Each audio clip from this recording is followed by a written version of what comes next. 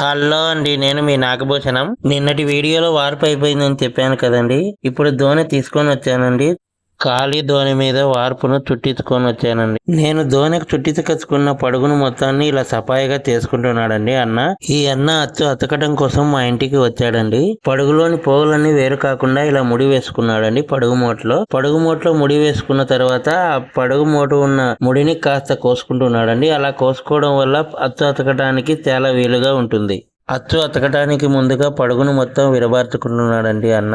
పడుగుని ఇలా విరబార్చుకోవడం వల్లనే అచ్చు అతకడం కోసం ప్రతి పోగు చేతికి రావడం జరుగుతుంది. అచ్చు అతకడానికి తయారు చేసుకుంటున్న ఈ పడుగులో మొత్తం 10,000 పోగులు దాకా ఉంటాయండి. ఈ పడుగులోని మొత్తం పోగులను అతకడానికి అన్నకు 2 రోజుల సమయం పడుతుందండి. నేను వార్పు మీద ఉన్న 16 తీరల్ని పూర్తి చేసుకున్న తర్వాత ఇలా పడుగు మిగిలిపోయి ఉంటుందండి. ఈ మిగిలిపోయిన పడుగుకే కొత్త పడుగును అతికి తిరిగి తీరెను తయారు చేస్తామండి మా చేనేత కార్మికులు.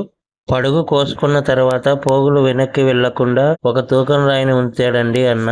పడుగు మొత్తాన్ని తగిలించుకున్న ఈ పైపు నుంచి ఒక్కొక్క పాగడను ఇలా తీసుకుంటాడండి చేతికి అన్న. ఇక్కడ మీకు చూపిస్తున్న పాగడలో నుంచి వేళ్లను ఇలా ఉంచుకుంటారండి. ఇలా ఉంచుకొని ఒక్కొక్క పోగును బయటికి తీస్తూ పడుగు మొత్తాన్ని ఇలా అతుక్కుంటారండి. అతుక్కోవడం అంటే పోగును మొత్తాన్ని కలుపుకోవడం అన్నమాట. ఉదయం నుంచి సాయంత్రం దాకా ఇలా సగం పడుగు దాకా అతికేసాడండి అన్న. మిగతా సగం పడుగును రేపు ఉదయాన్నే వచ్చి అతకటం మొదలు పెట్టుకుంటాడు. మా మగ్గం పరిశ్రమని నమ్ముకొని బ్రతుకుతున్న మా నేత కార్మికులకు కాస్త సపోర్ట్ చేయండి అబ్బా. మా వీడియో నచ్చినట్టయితే లైక్ చేయండి, షేర్ చేయండి, కామెంట్ చేయండి. మా ఛానల్ ని సబ్స్క్రైబ్ చేసుకోవడం మాత్రం మర్చిపోకండి. నమస్తే అండి.